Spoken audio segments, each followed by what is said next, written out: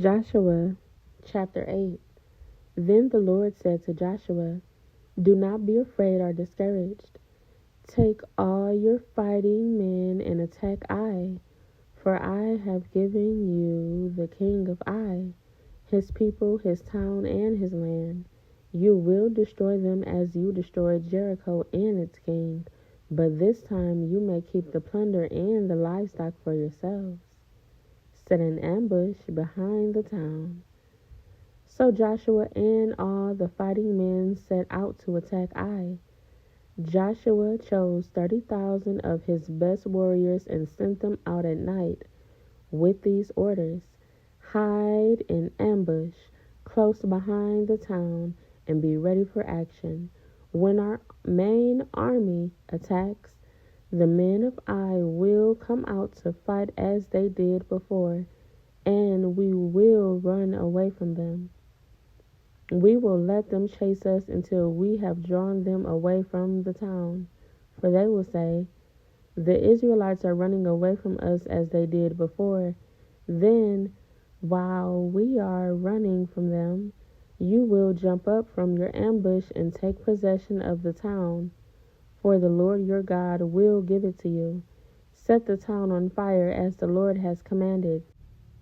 You have your orders. So they left and went to the place of ambush between Bethel and the west side of Ai. But Joshua remained among the people in the camp that night. Early the next morning, Joshua roused his men and started toward Ai, accompanied by the elders of Israel. All the fighting men who were with Joshua marched in front of the town and camped on the north side of Ai, with a valley between them and the town.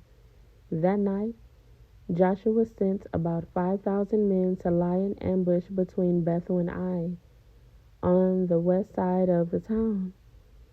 So they stationed the main army north of the town and the ambush west of the town. Joshua himself spent that night in the valley. When the king of Ai saw the Israelites across the valley, he and all his army hurried out early in the morning and attacked the Israelites at a place overlooking the Jordan Valley. But he didn't realize there was an ambush behind the town. Joshua and the Israelite army fled toward the wilderness as though they were badly beaten. Then all the men in the town were called out to chase after them. In this way, they were lured away from the town. There was not a man left in Ai or Bethel who did not chase after the Israelites, and the town was left wide open. Then the Lord said to Joshua, "Point the spear in your hand toward Ai, for I will hand the town over to you." Joshua did as he was commanded. As soon as Joshua gave this signal, all the men in ambush jumped up from their position and poured into the town. They quickly captured it and set it on fire. When the men of Ai looked behind them, smoke from the town was filling the sky, and they had nowhere to go, for the Israelites who had fled in the direction of the wilderness now turned on their pursuers. When Joshua and all the other Israelites saw that the ambush had succeeded and that smoke was rising from the town, they turned and attacked the men of Ai. Meanwhile, the Israelites who were inside the town came out and attacked the enemy from the rear. So the men of Ai were caught in the middle, with Israelite fighters on both sides. Israel attacked them, and not a single person survived or escaped. Only the king of Ai was taken alive and brought to Joshua. When the Israelite army finished chasing and killing all the men of Ai in the open fields, they went back and finished off everyone inside.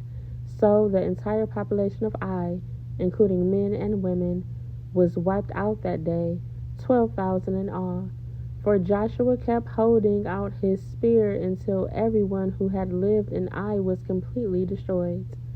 Only the livestock and the treasures of the town were not destroyed, for the Israelites kept these as plunder for themselves, as the Lord had commanded Joshua.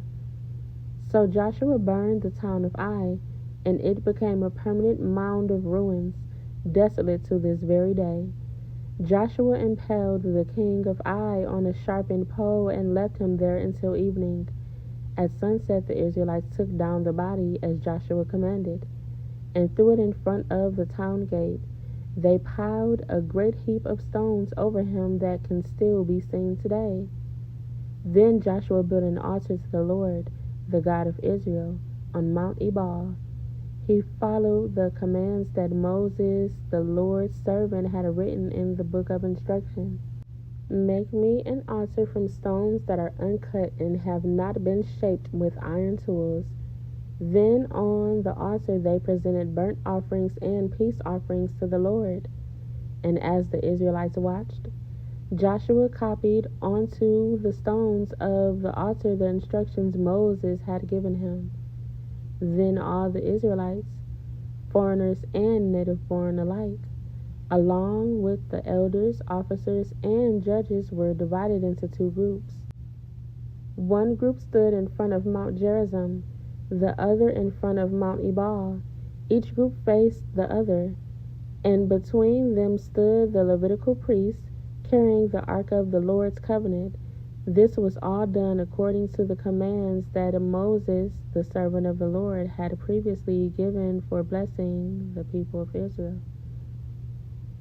Joshua then read to them all the blessings and curses Moses had written in the book of instruction.